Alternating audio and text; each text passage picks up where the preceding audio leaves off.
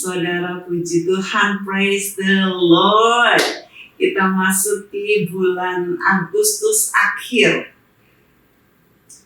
Tidak terasa tahun praise the Lord ini sudah tinggal 5 bulan.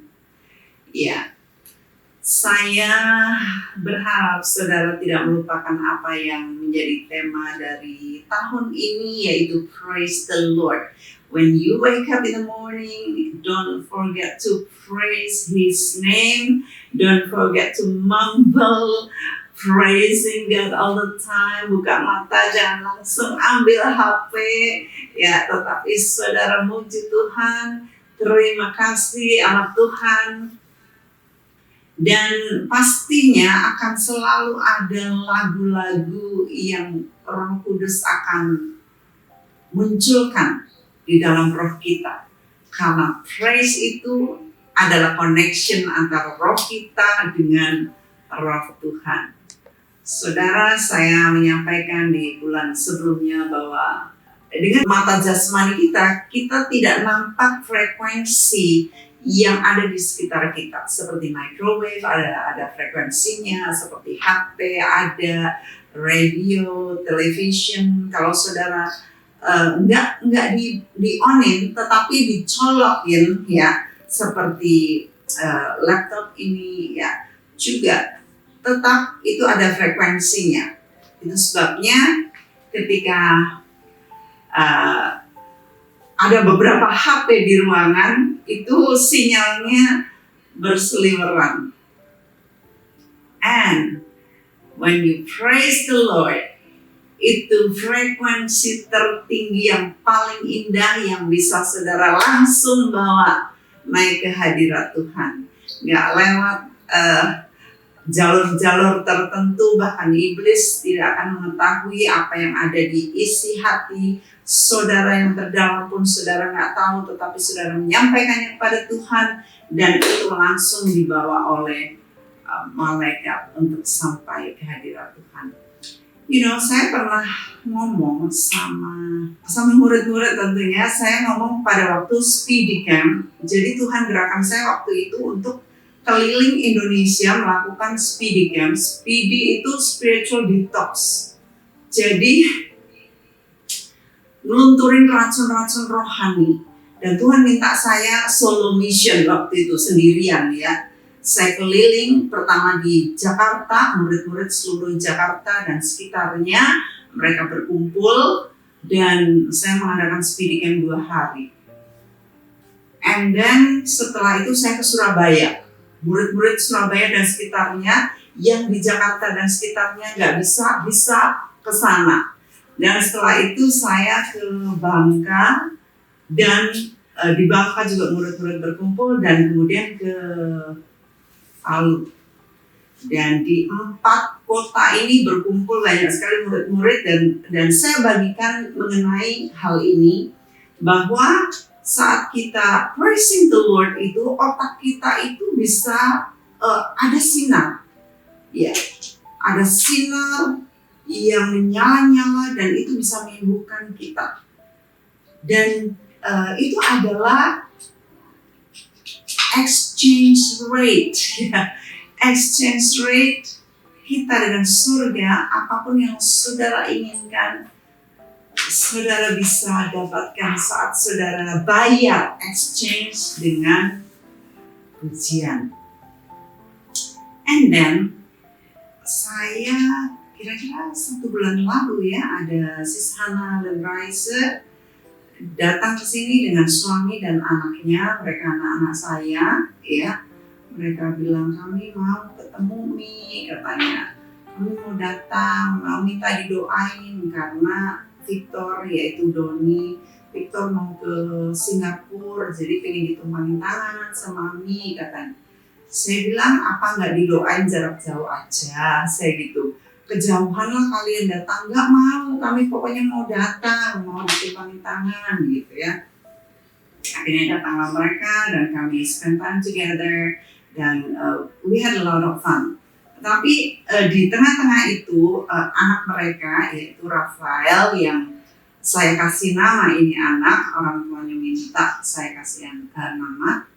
Rafael ini bilang, Mami, I saw in heaven, katanya. Dia lihat di surga itu, kalau mau memperoleh sesuatu, exchange-nya itu money. Exchange-nya bukan money, tetapi exchange-nya praise, katanya. Wow, seriously, persis dengan apa yang saya sudah sampaikan di Speedy Camp. Ya, di Speedy Camp mungkin saya nggak sejelas ini menyampaikannya, tetapi saya mengatakan bahwa otak kita itu mengeluarkan cahaya, dan itu diteliti oleh something like New York Times atau something. Itu sangat-sangat terkenal sekali yang meneliti gitu. So, dan saya juga pernah ngajak nonton bersama-sama murid-murid waktu kami masih ada di Sentul, bahwa di surga itu ada yang melihat ya gambarnya, yaitu pelukis Korea, bahwa di sana ada mall, exchange-nya itu iman, ya, bayarnya itu dengan iman. Jadi kalau di sini dengan uang, tetapi di sana dengan iman. So, kita tahu bahwa praising the Lord itu sangat-sangat penting sekali. Bukan saja kepentingannya bukan untuk Tuhan, tetapi untuk kita. Dan tentunya untuk Tuhan itu sangat penting bagi kita. Saya baru mendengarkan kesaksian seseorang, dia berkata bahwa jiwa-jiwa penting banget gitu ya. Ya, kamu ada di dunia ini untuk jiwa-jiwa. Tetapi yang lebih penting dari itu adalah your intimacy with God. Intimasi dengan Tuhan itu lebih penting dari cari jiwa-jiwa gitu ya. Karena pelayanan tertinggi kita adalah menyenangkan Dia yang manggil kita. Ya. So, tapi juga bukan berarti saudara intim terus sama Tuhan di kamar terus ya, di gua terus. Tetapi saudara nggak pergi, nggak memuridkan, nggak menjadikan segala bangsa murid. That's wrong ya. Well, gimana dengan apa yang saya sampaikan mengenai level-level di surga dari beberapa bulan yang lalu sampai sekarang? Saya harapkan saudara sudah mulai terbuka, sudah mulai ngerti gitu. Kira-kira saat ini saya kalau rapture atau kalau Tuhan panggil, kira-kira saya menduduki surga level berapa ya? Dan rupanya ada kabar-kabar burung bahwa di area timur sana, Indonesia Timur, saya dibilang sesat karena mengajarkan level-level surga ini. Dari mana ayatnya? Apa dasarnya? Dan sebagainya. Well, it's easy. Dasarnya adalah firman Tuhan mengatakan mengenai yang terkecil dan yang terbesar di surga. Ya, kalau ada yang terkecil, ada yang terbesar, tentunya ada tengah-tengahnya dong. Ya, tentunya ada levelnya. Ya, dan juga di dalam nanti saya akan bukakan di dalam 1 Korintus 3 di sana mengenai bahan kita, bahan iman kita, bahan pekerjaan kita, seperti jerami, rumput kering, ya, kayu, lalu batu permata, perak, dan emas. Rupanya ada 6 tipe nih. Kalau ngomong 6 tipe, let's say 6 level. Iya, 6 level. Nah, yang kita sudah pelajari adalah 6 tingkat loh. Iya. Dari The Garden of Eden itu nggak dihitung, ya. Yang dihitung adalah paradise, ya. Lalu surga tingkat pertama, surga tingkat kedua, surga tingkat ketiga, and then what? what? New Jerusalem. 6 kan? Alright. Ada yang ketujuh. Ketujuh apa? Sebentar saya akan jelaskan kepada saudara. Ya.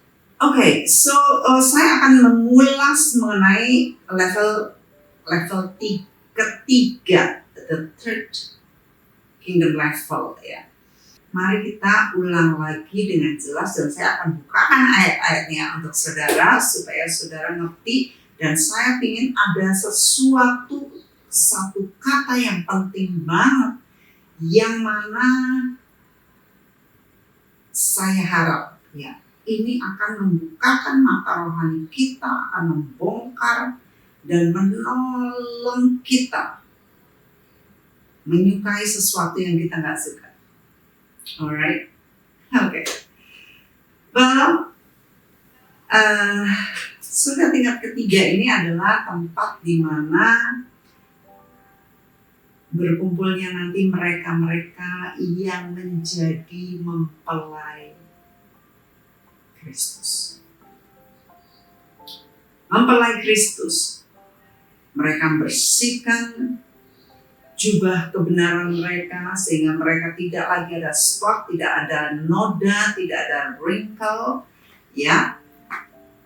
Mereka mempersiapkan diri seperti 10 darah yang menantikan kedatangan sang pengantin. You know, 10 ini kira-kira ya, 10 darah ini mewakili gereja Tuhan. 10 mereka menanti, sama-sama menanti. Ya. Tapi yang 5 menanti tanpa minyak. Tanpa persiapan.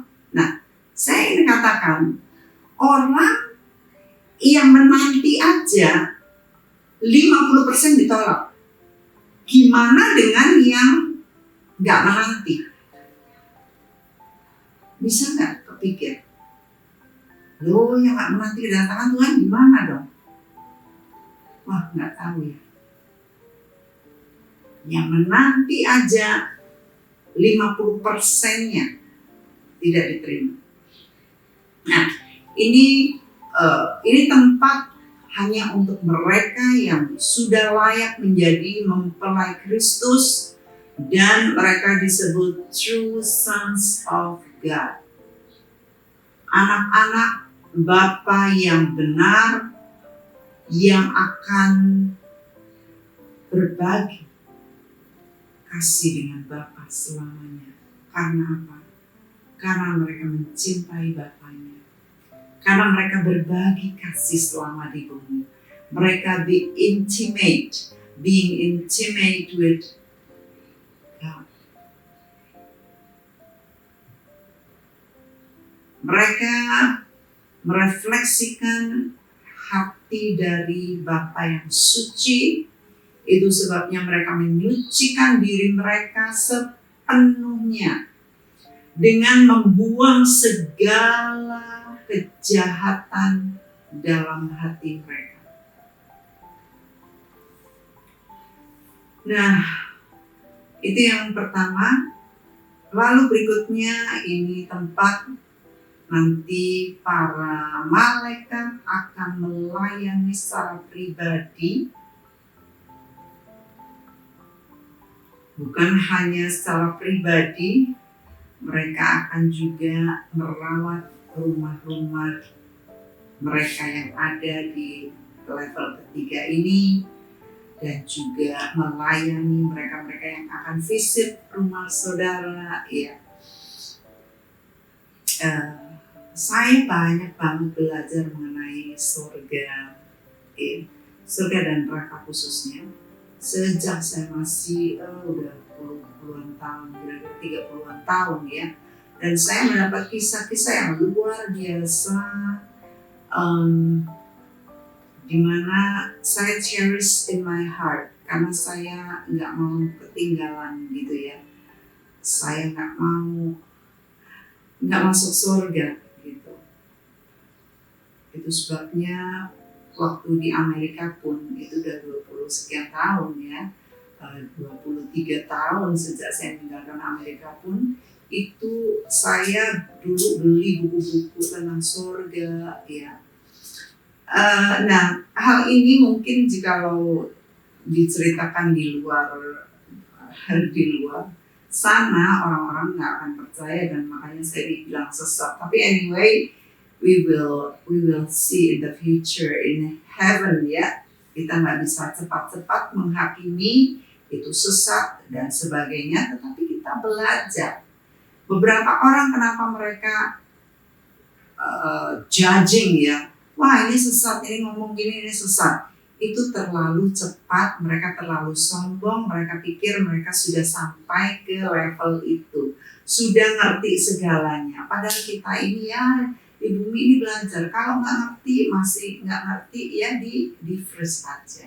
Ya, di freeze maksudnya dibekuin. Nanti kalau udah kira-kira ini baru kelas 5, belum nyampe pelajaran kuliah, nah nanti di freeze dulu, dibekuin. Nanti kalau sudah sampai kuliah, oh itu yang dibilang dulu ya. Kayak anak-anak kecil juga, kalau papa mamanya melarang, nggak boleh ini, kenapa sih nggak boleh? Setelah dewasa baru, oh dulu kenapa orang tua saya melarang ini dan itu, gitu ya. Nah, okay, so di sini nanti para malaikat ini akan menolong mereka yang visit your home. Ya, ada yang saya boleh nggak visit ke rumah kamu? Boleh, ayo gitu ya. Jaraknya jauh tapi di sana cepat gitu, jalannya set. Lalu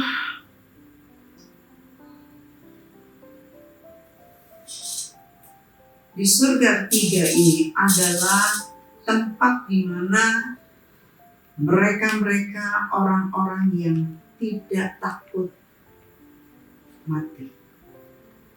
Tidak takut mati karena memberikan hidupnya mati bagi Tuhan. Sudah follow the course of God. Untuk kepentingan Tuhan, mereka siap mati, mereka nggak takut.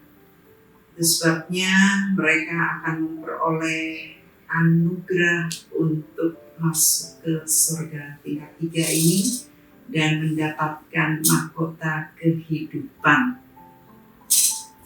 Indah sekali, karena Paulus pun berkata bahwa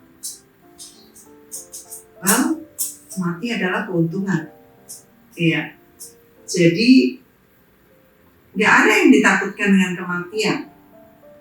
Lalu di sini juga adalah tempat di mana orang-orang menaati firman Tuhan. Firman Tuhan ditaatin secara literal. Nggak ada interpretasi. Ini contoh yang mudah ya interpretasi. Ada yang nanya sama saya, Mac, per bulan itu berapa persen sih? Saya bilang, hello. Perpuluhan kok berapa persen? Maunya berapa? Maunya 3%. Atau 0,5%, 0,1%. Namanya perpuluhan. Jadi, be let her love gitu dengan firman. Kok kalau kayaknya rugi gitu kok bisa diterjemahin. Jadi ini adalah tempat di mana mereka yang taat kepada firman Tuhan sepenuhnya, membuang segala kejahatan dan dikuduskan. Kemudian mereka mulai increasing their measure of faith. Mereka beranjak di dalam ukuran iman mereka. Dan ukuran iman di sini adalah iman yang keempat. Ini, this is very tricky. Ini adalah tempat bagi mereka yang sungguh-sungguh dikuduskan, tetapi, masih ada tetapinya, tetapi mereka tidak setia dalam segenap rumah Tuhan.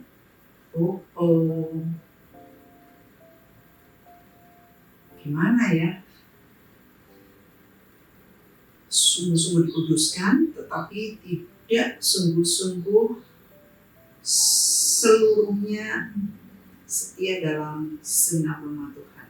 Waktu itu saya pernah membacakan dari Bilangan 12 ayat 7 dan Ibrani 3 ayat 2 dan 5. Orang yang setia dalam segenap rumah Tuhan adalah Musa. Wah, kalau kita belum sampai kayak Musa, kita masih bisa di sini nih, masih ada harapan. Itu kalau kayak Musa, nanti naik lagi, lebih tinggi lagi. Wow, I cannot imagine. Gimana ya? Tetapi di sini ini adalah orang yang siap martir, ya.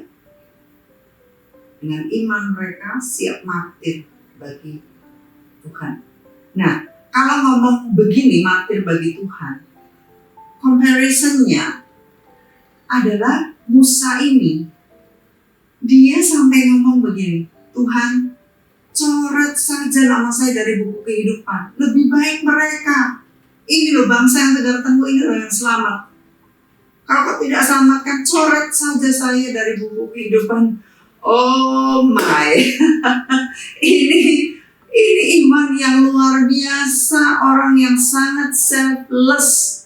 Aduh, ngomong gini betapa selfishnya saya. Ya, masih mikirin saya mau masuk surga. Saya tadi ngomong comparisonnya antara surga tingkat ketiga ini dengan Musa yang nanti ada di New Jerusalem itu. Musa ini gak peduli dengan hidupnya, dengan nyawanya. Dia berkata, hapus namaku dari buku kehidupan. Wah, dia gak peduli itu, gak masuk surga pun dia gak peduli. Nah, saya bilang, wah saya masih egois banget, saya masih selfish banget, saya pengen masuk surga gitu. Wah, ya jadi malu ya, saya jadi malu gitu. Saya mempelajari surga dan neraka dan mengajarkannya kepada begitu banyak jiwa-jiwa agar kita terselamatkan dari neraka, hidup benar di hadapan Tuhan dan masuk surga gitu. Tetapi ternyata keinginan untuk masuk surga pun itu bisa menjadi jerat untuk saya, bisa egois gitu ya. Tapi Musa ini luar biasa, dia faithful di dalam segala rumah Tuhan, di dalam pekerjaan Tuhan, di dalam hal-hal Tuhan yang Tuhan percayakan kepadanya. Waktu itu saya pernah ceritain tentang Angelo kan, martir itu. Saya coba tanya, saya sudah pernah cerita nggak? Pak Heri bilang sudah, rekan-rekan saya di sini juga bilang sudah. Saya harap saudara ingat semua, kalau tidak perlu saya ulangin ya, karena itu kisah menginspirasi saya forever. Saya baca bukunya itu udah ulang kali, belum sebanyak Alkitab sih. Saya baca Alkitab itu udah nggak tahu berapa banyak kali sejak saya kecil. Tetapi di buku juga menolong saya, buka mata saya dan menjagai saya agar saya berani untuk martir gitu ya, bagi orang lain, martir bagi kepentingan Tuhan ya, seperti Stefanus, martir ya, dan lain-lainnya. Nah, di tempat inilah saudara sudah bisa memerintah dengan Tuhan selamanya. Ada di level ketiga ini, saudara bisa memerintah dengan Tuhan selama-lamanya. Kalau di yang 2, enggak, belum. Tapi di 3 ini, saudara memerintah dengan Tuhan selama-lamanya. Ya, jadi saya bisa katakan bahwa qualification-nya di sini adalah enggak peduli dengan kehidupan kita sendiri, disucikan, lalu membersihkan diri dari semua kotoran-kotoran dunia, tidak mengingini hal-hal dunia, tidak mengingini dalam hati, dan siap untuk jadi martir bagi Tuhan. That's it. Itu qualification-nya ada di surga tingkat ketiga.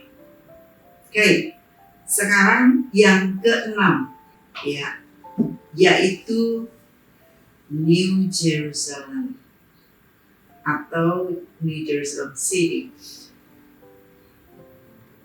Oh Yerusalem, kota mulia. New Jerusalem actually. Ini adalah tempat yang terindah di surga. Ya. Dipenuhi dengan kemuliaan Tuhan. Karena tidak semua level ini penuh dengan kemuliaan Tuhan. Mungkin sebagian kemuliaan Tuhan. Makin sana, makin turun, kemuliaannya makin redup. Ya. Kalau dekat dengan nanti yang saya sebut ini berikutnya, ini makin kemuliaannya makin terang. Karena dia ada di sana yang tertinggi, di atas New Jerusalem ini. Nah,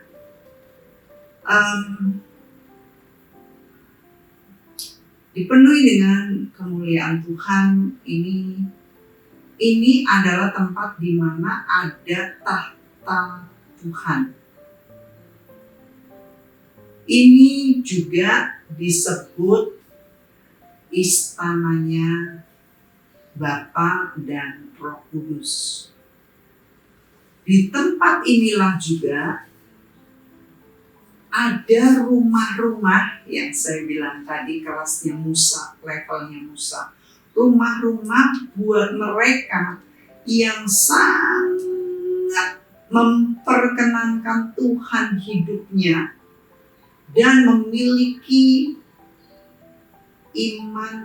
ukuran iman yang tertinggi, yaitu seperti emas. Ukuran iman tertinggi seperti emas. Well, ini not unachievable. Ini bisa diraih.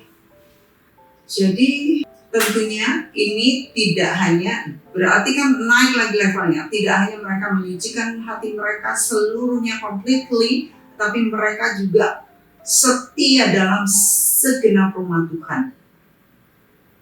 Please guys, setialah di dalam segenap panggilan Tuhan, visi-visi yang Tuhan berikan kepada kalian. Jangan banyak alasan, jangan kelonin kelemahan, jangan senang berkubang di dalam dosa. Oh my goodness. Get rid all of the sins and weaknesses of the heart, of the flesh. Betapa rindunya saya seret saudara. Kadang-kadang saya itu pinginnya gitu ya, seret gitu. Karena kalau nggak ayo kamu keluar dari sana, itu orang kayak saya masih hidup lama, saya masih lebih senang nikmatin daging, Tuhan belum datang, dan sebagainya. Rasa-rasanya main-main sama Tuhan, masih bisa mempermainkan roh Tuhan. Ini saya baca bukunya Charles Spurgeon. Bukunya tebal banget ya, buku pedoman pengkhotbah itu. Terus dia berkata ada seseorang yang diinjilin ya pelan-pelan. ayo kamu jangan berbuat dosa dong, gitu. Jadi pelan-pelan gitu. Enggak, saya masih senang gini, saya masih senang dugem, saya masih senang minum, saya masih senang merokok, saya masih senang judi, gitu ya. Satu kali dia entah kenapa, tetapi hampir mati, entah ketabrak atau apa ya, tapi hampir mati gitu. Waktu hampir mati, temennya ini datang lagi gitu ya, udah nafasnya udah itu kalau di rumah sakit itu ada tit tit tit, itu udah lemah gitu ya, udah melemah. Terus temennya datang.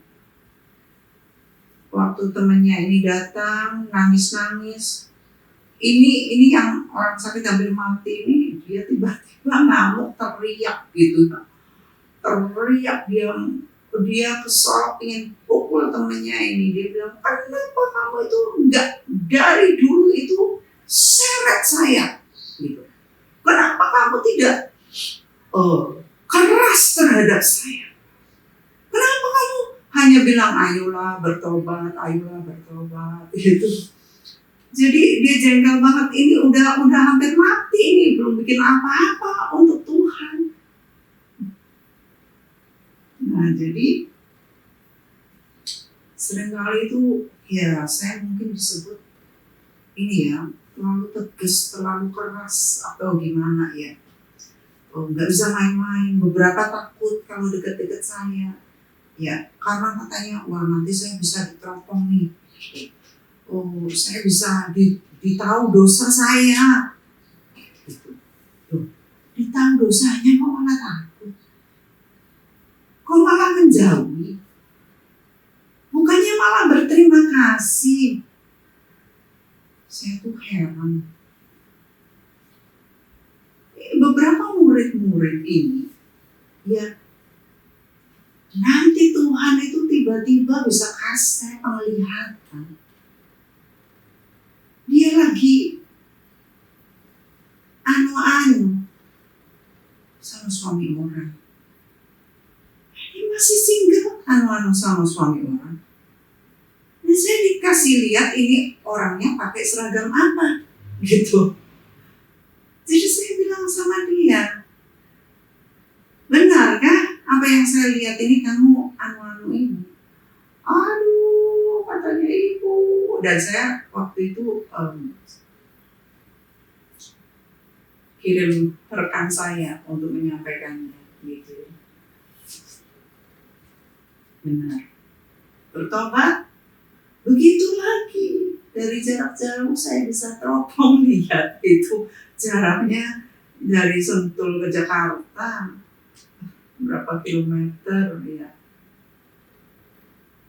Tapi kedua kalinya dia bilang, saya tahu Tuhan sayang sekali sama saya. Tuhan kasih ibu lihat, walaupun itu ada di kamar tertutup, harusnya senang. Nah seperti ini.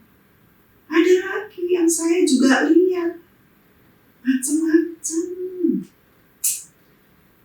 Jadi saya teriakin, weh, kamu lagi ngapain? Kenapa kamu bikin dosa seperti ini? Wah iya ibu, saya begini. Tapi saya tahu banyak yang gak senang kalau diteriakin. Jadi saya kadang-kadang kami ini fasilitator, kadang-kadang kami ini dilema sama murid-murid ini. Mau diteriakin, gak disenengin, keluar kelas, jelek-jelekin kami, sakit hati. Ada nolong mereka untuk di take away from the fire of hell. Dan bisa menempati level-level yang lebih tinggi seperti ini. Ada memang yang saya keras dan dalam perjalanan mereka gak suka, bikin muka busuk sama saya, bikin suasana tidak enak dalam perjalanan. Saya ini lagi nolongin supaya sebisa-bisanya, ya, saya catch you away from the fire of hell, dan bahkan kalau mau lari menempati level-level seperti ini. So, di surga tingkat ketiga ini adalah tempat di mana orang-orang itu melakukan pekerjaan-pekerjaan Tuhan lebih dari apa yang diharapkan. Artinya excel itu melebihi dari yang diharapkan. Sebagaimana Kristus sendiri, dia taat kepada kehendak Bapaknya sampai mati, tidak mempedulikan hidupnya sendiri. Kami kan sering nih kumpul sama fasilitator. Kami review, saudara, di kelas. Gimana ini? Di kelas gini-gini. Laporan-laporan masuk ke kami. Wah, banyak yang main-main sama Tuhan. Banyak yang memble. Banyak yang ditegur gak suka sama fasilitator. Saya harapkan setelah saudara mendengarkan ini secara khusus, bilang, saya ditegur apa lagi? Apa yang kurang dari saya? Di sini adalah mereka-mereka yang melayani tanpa mengemukakan pikiran-pikiran dan opini-opini mereka sendiri, tetapi melayani dengan hatinya Tuhan, dengan hati roh. Mereka memiliki iman yang luar biasa sampai bisa membawa mereka ke Yerusalem, masuk ke Yerusalem baru. Nah, ini yang ingin saya sampaikan. Ini luar biasa. I hope you will like what you don't like. Itu yang saya awal tadi katakan. Disinilah tempat Tuhan memberikan warisannya bagi mereka-mereka yang disucikan hari demi hari, sampai mereka memiliki iman emas. Mereka disucikan lewat apa? You know it. Sebagai murid saudara tahu. Lewat ujian-ujian. Lewat tes. Lewat problems. Dan saudara overcome semua, saudara berkemenangan mengalahkan semuanya sampai ujian demi ujian menguduskan saudara, menyucikan, menolong iman saudara sampai saudara memiliki iman emas. Sampai di sini saudara mengetahui bahwa ternyata setiap ujian, setiap persoalan menolong saudara untuk naik level. Ya, ternyata ujian itu nolong saya untuk naik level. Roma 5 ayat 3-5. Dan bukan hanya itu saja, kita malah bermegah juga dalam kesengsaraan kita. Kita malah bermegah. Oh, praise the Lord. Dikatakan bahwa kita malah bermegah dalam kesengsaraan kita. Oh, praise the Lord. Saya sengsara. Haleluya. Saya mengalami ujian. Saya sengsara. Orang kalau kena ujian nangis. Kemarin saya lagi jalan di satu tempat. Ketemu jemaat lama. Saya peluk, nangis. Dia bilang, aduh, betapa sengsaranya hidupku. Saya begini. Saya bilang, it's good for you. Lagi nyuciin kamu. Tapi kak, aku menderita banget. Bagus.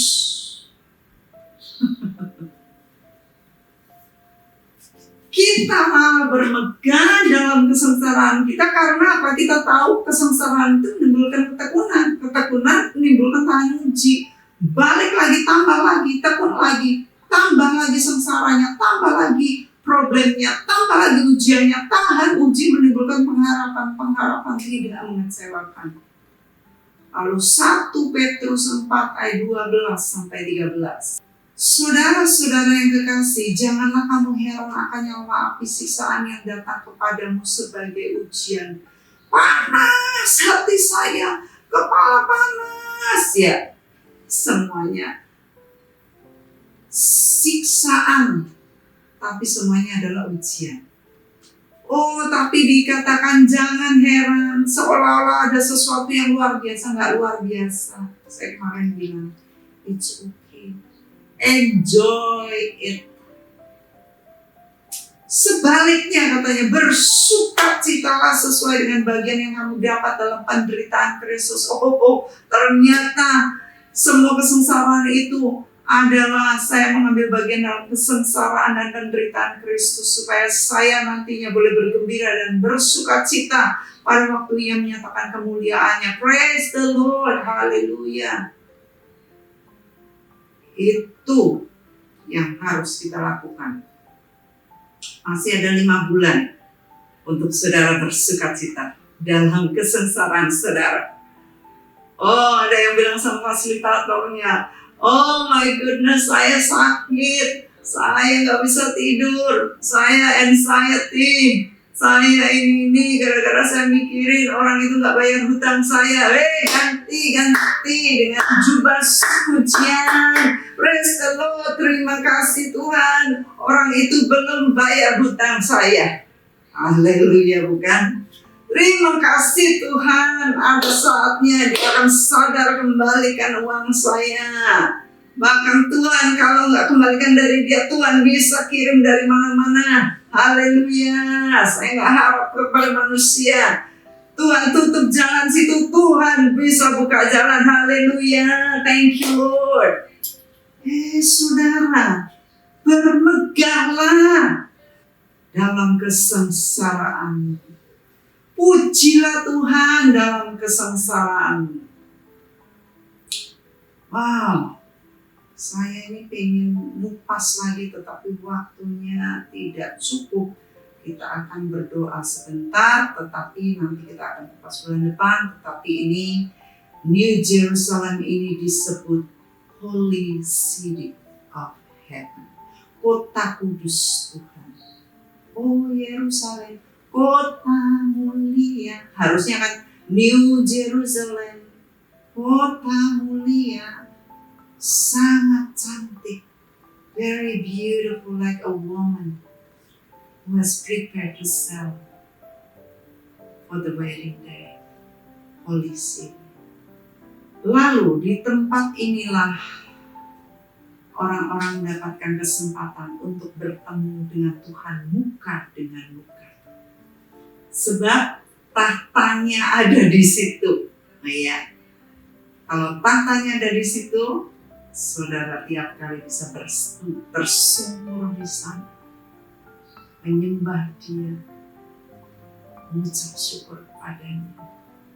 Tapi yang jauh-jauh sana, mereka tuh bisa bareng-bareng sepakat, yuk kita doa sepakat supaya Tuhan kunjungin kita. Udah lama Tuhan gak kunjungin kita. Dan ya, demikian yang ada di New Jerusalem City is very, very privileged. Karena mereka bisa dekat dengan Tuhan, ketemu dengan Tuhan setiap saat. Ya, tidak perlu jauh-jauh. Nah, New Jerusalem ini juga disebut the City of Majesty. Awesome, wonderful, luar biasa. Saudara di sana itu menerima kemuliaan Tuhan selama-lamanya, menerima senantiasa gitu. Ya, misal saudara anaknya pabrik roti, ya. Saudara makan roti senantiasa. Ada roti salah, roti sisa, roti gosong, roti bantet. Kan saudara, itu kalau roti di dunia, di sana ada pabriknya kemuliaan, tempatnya tahta. Saudara menikmati guyuran kemuliaan senantiasa gitu ya. Nah, tempat ini dipenuhi dengan emas, dipenuhi dengan emas tulen, dan 12 batu permata yang luar biasa. New Jerusalem ini juga disebut tempat di mana adanya level kebahagiaan tertinggi, level keindahan tertinggi, dan kemuliaan tertinggi dibanding dengan tempat-tempat yang lain. Intinya, mereka-mereka yang masuk ke New Jerusalem adalah orang-orang yang imannya memperkenankan hati Tuhan. Mereka yang mempunyai roh yang sempurna seperti hatinya Tuhan, punya resemblance dengan Tuhan hatinya. Itu sebabnya pelajari hatinya Tuhan kayak apa. Nurut sama Tuhan, dengar-dengaran sama Tuhan, taat sama Tuhan. Ya.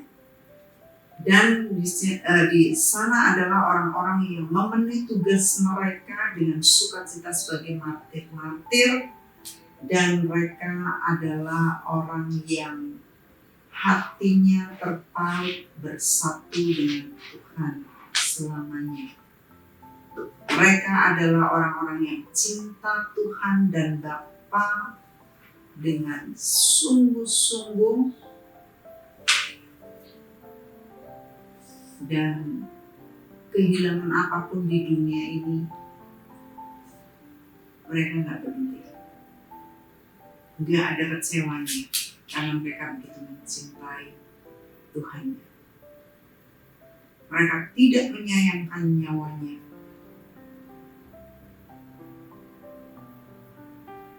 Dan ketika saudara masuk di New Jerusalem ini, saudara akan menerima the most beautiful, the most glorious, the most wonderful crown, mahkota yang sangat rupawan, elok, indah, mulia, the golden crown. Mahkota emas, mahkota kebenaran. Wahyu 4 ayat 4. Nah, ini adalah yang ke-6, dan yang terakhir nanti bulan depan insya Yesus saya akan meneruskan, yaitu yang ke-7, yang terakhir. Wah, ternyata ada yang terakhir ya.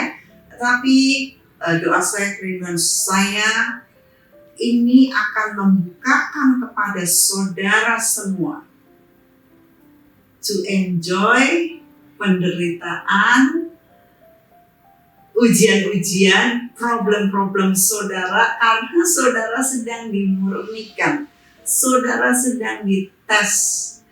Ya, enak aja, dia mah begitu. Daripada begitu, puji Tuhan, haleluya, saya dibegitukan. Haleluya, gitu. Wah, suami saya mah gak pulang-pulang.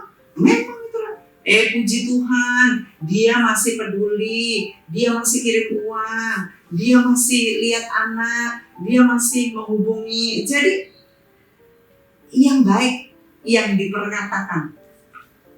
Terima kasih Tuhan, saya dapat walaupun sedikit, ya masih sedikit. Puji Tuhan, saudara try to praise the Lord in all circumstances.